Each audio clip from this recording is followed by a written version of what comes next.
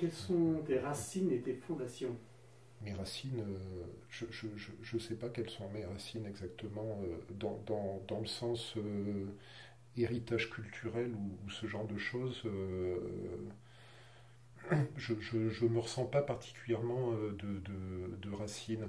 Alors je me sens aucune racine géographique, ça c'est une certitude, parce que je suis né de manière tout à fait hasardeuse à Angoulême. Je dis hasardeuse parce qu'en fait, ma mère à l'époque suivait mon grand-père maternel qui était directeur de prison. Et à l'époque où ma mère était enceinte de moi et était sur le point d'accoucher, il se trouve qu'il était directeur de la prison d'Angoulême. Et donc, comme voilà, ma mère était à Angoulême aussi, et donc je suis pas né à la prison d'Angoulême, mais je suis né à Angoulême, mais tout à fait par hasard. Donc, j'ai pas de racines de naissance. Ensuite, j'ai vécu en région parisienne pendant les 40 premières années de ma vie, avec une souffrance de plus en plus accrue au fil des ans de cet endroit. Donc j'ai pas non plus de racines franciliennes. Je me sens bien maintenant où je suis à Metz parce que précisément je crois que c'est la première fois de ma vie, quand je suis arrivé à Metz, où j'ai choisi l'endroit où j'habitais de manière tout à fait détachée, indépendante de toute préoccupation familiale, amicale, professionnelle. Voilà, j'ai choisi de vivre à Metz et ça me fait penser à cette guéguerre entre guillemets qu'il y a entre les vrais Mésois, les faux Mésois, ce qu'il y aurait des Mésois de souche et des faux Mésois. Les vrais Mésois, entre guillemets, se qualifient comme tels parce qu'ils disent ils sont nés à Metz, que leurs parents, leurs grands-parents, alors je sais pas, c'est à géométrie variable, hein, pour certains, il faut avoir deux générations, voire trois, etc. Sauf qu'ils n'ont pas choisi, enfin, c'est le hasard de la vie qui a fait que leurs grands-parents, leurs arrière-grands-parents étaient là et ils n'ont pas bougé. Moi, j'ai choisi de venir habiter Metz, c'est une décision délibérée de ma part. Donc à la limite, en vertu de ça, je me sens plus vrai mésois que ceux qui sont mésois de souche mais qui ne l'ont pas choisi. Voilà pour les racines géographiques. Les, mes fondations personnelles, je ne sais pas très bien, mais je les ai héritées de l'éducation de mes parents, euh, extrêmement différentes, que ce soit ma mère ou mon père. Ma mère m'a donné le confort matériel, on va dire. Mon père s'est plus chargé de mon bagage intellectuel, artistique. Voilà, la répartition des rôles s'est faite comme ça. Donc, sur le plan personnel, intime, puisque tout ce qui est création artistique a une place énorme pour moi, je dirais que mes fondations, elles sont plus du côté de l'éducation que mon père m'a apporté dans ces domaines-là. Même si l'aisance matérielle et le confort de ma mère sont également très importants. Qu'est-ce que tu as appris de tes parents?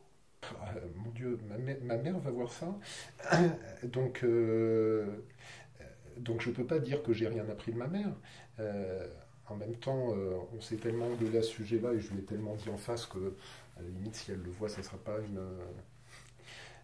une découverte pour elle. J'ai pas appris grand-chose de ma mère dans la mesure où comme je l'ai dit, elle m'a apporté l'aisance matérielle, l'aisance financière, et c'est pas rien. Enfin, si on n'a pas ça, c'est compliqué, surtout quand on démarre dans la vie. Donc c'est primordial. Mais c'est pas un héritage sur lequel j'ai capitalisé pour le faire grossir et en faire quelque chose de prépondérant dans ma vie. C'est, dans ce sens-là, c'est des fondations qui m'ont aidé à bâtir dessus mon temple personnel, entre guillemets, qui n'est pas fait de ça. Mais un temple aussi beau soit-il, je veux dire, le Taj Mahal, s'il était construit sur un sol marécageux, ça ne serait pas le Taj Mahal. Donc les deux sont importants. Euh, Mon père, lui, il m'a apporté la curiosité précisément, cette qualité qui est si importante pour moi. La curiosité dans tous les domaines un peu intellectuels, artistiques. Il m'a appris des tas de choses en matière de peinture, en matière de musique. Pas forcément en matière de littérature, d'ailleurs, c'est drôle parce que j'ai eu cette discussion avec lui il y a pas très longtemps. Sur ce plan-là, je me suis fait un petit peu tout seul, mine de rien. J'ai commencé à lire extrêmement tard, jusqu'à l'âge de 12-13 ans. J'avais quasiment pas ouvert un livre, à part ceux qu'on nous imposait de lire à l'école, et vraiment je le faisais contraint et forcé et pas du tout de gaieté de cœur. Euh, et puis, je ne sais pas quel a été le déclencheur. Je pense que c'est moi tout seul. Un jour, j'ai été attiré par une série dans la Bibliothèque verte. C'était la série des Six Compagnons. Une série écrite par un auteur lyonnais qui s'appelle Paul-Jacques Bonzon, si j'ai bonne mémoire. Et donc, c'est les aventures de six camarades qui se passent essentiellement à la Croix-Rousse et dans Lyon. Et j'ai dévoré cette série, je sais pas, il y avait à l'époque une trentaine, une quarantaine de volumes. Je les ai tous lus à la file, sans m'arrêter. Et puis tout est parti comme ça. Chronologiquement, c'est idiot parce qu'on voit pas bien les passerelles et je crois qu'il y en a pas, mais ça a été Les Six Compagnons, Agatha Christie, un peu, Boris Vian, beaucoup. Et puis après, ça s'est enclenché à partir de Boris Vian. J'ai un monde littéraire qui s'est ouvert à moi et j'ai tout reçu et j'ai tout pris et je suis devenu extrêmement gourmand et boulimique à ce moment-là. Mais ça s'est fait très tard. Tout ça pour dire que ça, c'est pas mon père. Mon père, c'est plus les domaines artistiques, les domaines musicaux. Alors, pas le classique, étrangement, parce que dans ma famille, on n'écoutait pas de musique classique. Ni du côté de mon père, ni du côté de ma mère. Ma mère écoutait quasiment pas de musique, et mon père, c'est beaucoup chansons françaises et rock, surtout. Donc là, il m'a ouvert des portes là-dessus, dans lesquelles je me suis engouffré avec plaisir et délectation.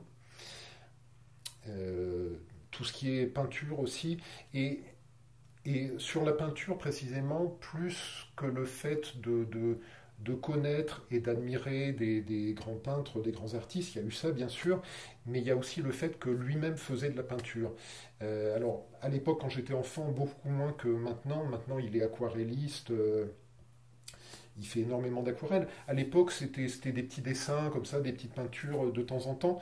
Mais le fait d'avoir au sein de la maison, proche de moi, quelqu'un qui concrètement met la main à la pâte et la main au pinceau et produit de l'artistique, ça m'a frappé, ça m'a marqué et vraisemblablement c'est ça qui m'a donné moi aussi l'envie de dessiner et de produire artistiquement des choses. Quel enfant tu étais? Quel enfant j'étais? Oui. Alors, mes parents ont divorcé quand j'avais 9 ans. Jusqu'à l'âge de 9 ans, j'étais un garçon, tout ce qu'il y a de plus normal. Normal tout en étant fils unique, ce qui est enfant unique, ce qui est quand même un statut particulier par rapport à des grandes fratries, par exemple. Donc évidemment, j'étais relativement solitaire, évidemment, je m'inventais mes propres histoires. J'ai jamais eu d'amis imaginaires, ça c'est un truc, ou alors j'en avais plein et j'arrivais pas à stigmatiser particulièrement sur un, mais à part le fait que, en tant qu'enfant unique, j'étais assez solitaire, j'avais une enfance tout à fait normale, classique, rien de particulier. J'étais plutôt bon à l'école, je jouais, voilà. À partir de 9 ans, là c'est devenu très compliqué parce que le divorce de mes parents a été relativement conflictuel. Euh, et le souci, c'est que donc c'est mon père qui est parti de la maison, je suis resté avec ma mère. Les histoires de garde partagée n'existaient pas à l'époque, donc c'était le schéma classique, la semaine chez ma mère et un week-end sur deux et la moitié des vacances avec mon père. Et, et- et ma mère a souffert de cette séparation, évidemment, comment l'en blâmer. Euh, et du coup, elle a voulu faire de moi un peu l'homme de la maison. Mon père était parti, moi je restais, donc c'était moi qui devenais l'homme. Et, et elle m'a mis ça sur les épaules et j'avais clairement pas les épaules pour assumer ça, donc je l'ai extrêmement mal vécu. J'ai absolument pas joué ce rôle parce que je pouvais pas. Donc j'étais pris dans un espèce d'étau où, où je ne savais plus quelle était ma place au sein de la famille et où on m'imposait de prendre une place particulière que je ne pouvais pas et que je ne voulais pas prendre. Donc ça a eu tendance à me faire me renfermer encore plus sur moi-même que je n'étais auparavant. J'étais déjà plutôt solitaire. Là, j'ai refermé totalement la coquille et je suis devenu un enfant et un adolescent euh, assez triste globalement, assez mélancolique, euh, très solitaire et voilà, c'est pas extrêmement fun. J'avais pas énormément d'amis pour plein de raisons. D'une part parce que ma mère faisait une sélection extrêmement stricte de mes amis à tel point que je pouvais quasiment pas en avoir. Euh, donc voilà, je me suis construit un monde de l'enfance entre moi et moi et c'est tout quoi. Donc c'était pas extrêmement fun. Ce qui fait que ça tombait bien parce que l'appétit de lecture est venu à ce moment-là et a rempli pas mal de vides dans ma vie. Et donc on en arrive à un stade où on a un gamin qui a 14 15 ans a lu tout Sartre, tout Gide, tout Camus, entre autres choses, hein, mais c'est les choses un petit peu étonnantes parce que c'est pas l'âge, mais parce que voilà, j'étais plus dans le monde de l'enfance, j'étais pas encore dans le monde des adultes, mais je sais pas, je me cherchais et ces bouquins étaient à disposition à la maison et comme j'avais cette boulimie de lecture pour me remplir, voilà, j'ai fait ça. Donc j'allais pas en boom, j'allais pas à des fêtes de quoi que ce soit, je restais chez moi et puis je lisais Sartre. Ma mère, quand j'étais enfant, faisait une sélection extrêmement sévère et drastique des relations amicales que je pouvais avoir avec mes camarades d'école. Euh, et, et une sélection tellement sévère et drastique il y en avait extrêmement peu qui arrivaient à passer les différentes étapes de sélection. Euh, elle est toujours d'une génération où quand on ramenait des copains à la maison, il fallait savoir où ils habitaient, quelle était la profession des parents. Enfin, ça c'est un truc que maintenant plus personne demande. À l'époque, je dis pas que tout le monde le faisait, mais c'était beaucoup plus courant. Et ma mère fonctionnait comme ça. Et il fallait que les enfants que je fréquente aient des parents avec une situation qui soit équivalente à celle de ma mère, chirurgien dentiste, patati patata.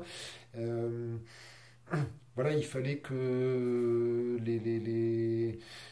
elle avait aussi des restrictions sur les origines, pas seulement sociales, mais aussi géographiques. Bon, ce qui faisait que c'était compliqué. Quand j'étais à l'école, une seule fois dans ma vie, j'ai fait l'expérience de goûter d'anniversaire. Comme font tous les enfants, on invite les copains d'école, voilà. Alors j'avais proposé à ma mère une liste avec un nombre conséquent qui est le nombre normal de gens qu'on invite pour ces occasions.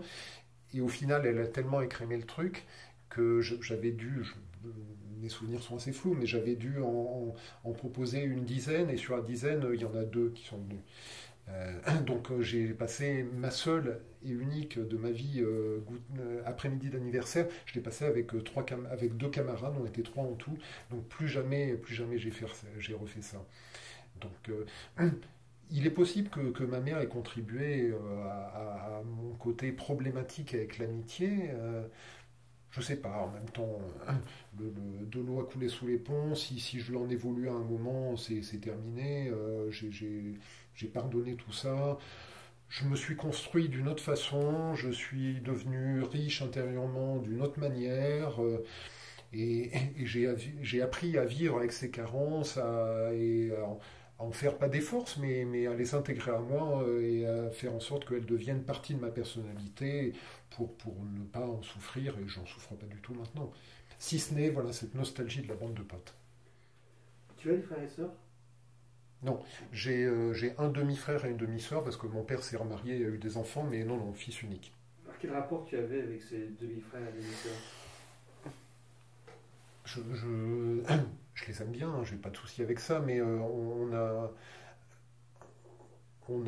15 ans d'écart, on n'a pas été élevés ensemble parce que moi je vivais pas avec mon père, je le voyais juste un week-end sur deux et la moitié des vacances. Donc j'ai j'ai des, j'ai- j'ai des rapports amicaux avec eux, je m'entends très bien, mais pas plus que ça parce on a rien partagé, on n'a pas de souvenirs en commun, vraiment nos chemins ont été très séparés. Tu aurais aimé avoir une vraie fratrie. Ah oui, ah oui, oui, oui. Alors, je ne me suis pas posé la question jusqu'au divorce de mes parents, mais au divorce, mais ça a été prégnant en moi en permanence. J'avais en tête la chanson de Maxime Le Forestier, mon frère. euh, c'est que de 9 ans, donc l'âge du divorce, jusqu'à ce que je devienne adulte, entre guillemets, euh, je rêvais d'avoir quelqu'un avec qui distribuer les paires de gants, les paires de claques, comme on dit dans la chanson. Euh, j'ai jamais pris de claques, mais la vie, la vie personnelle de ma mère après le divorce a été tellement chaotique que j'en étais le seul témoin et qu'elle me demandait de l'assumer un petit peu comme l'homme de la maison, que dans ces moments-là, j'avais qu'une envie, c'était d'avoir un frère et une sœur. Ah oui, oui, oui, j'aurais rêvé d'avoir ça. Et oui, ça me faisait rêver mes camarades qui avaient même pas forcément des grandes fratries, mais juste un frère ou une sœur. Et du coup, c'est aussi pour ça que j'ai voulu, après, en tant que père, moi, ne pas reproduire ça et surtout avoir au minimum 2 enfants. Et à l'époque, quels étaient tes rêves?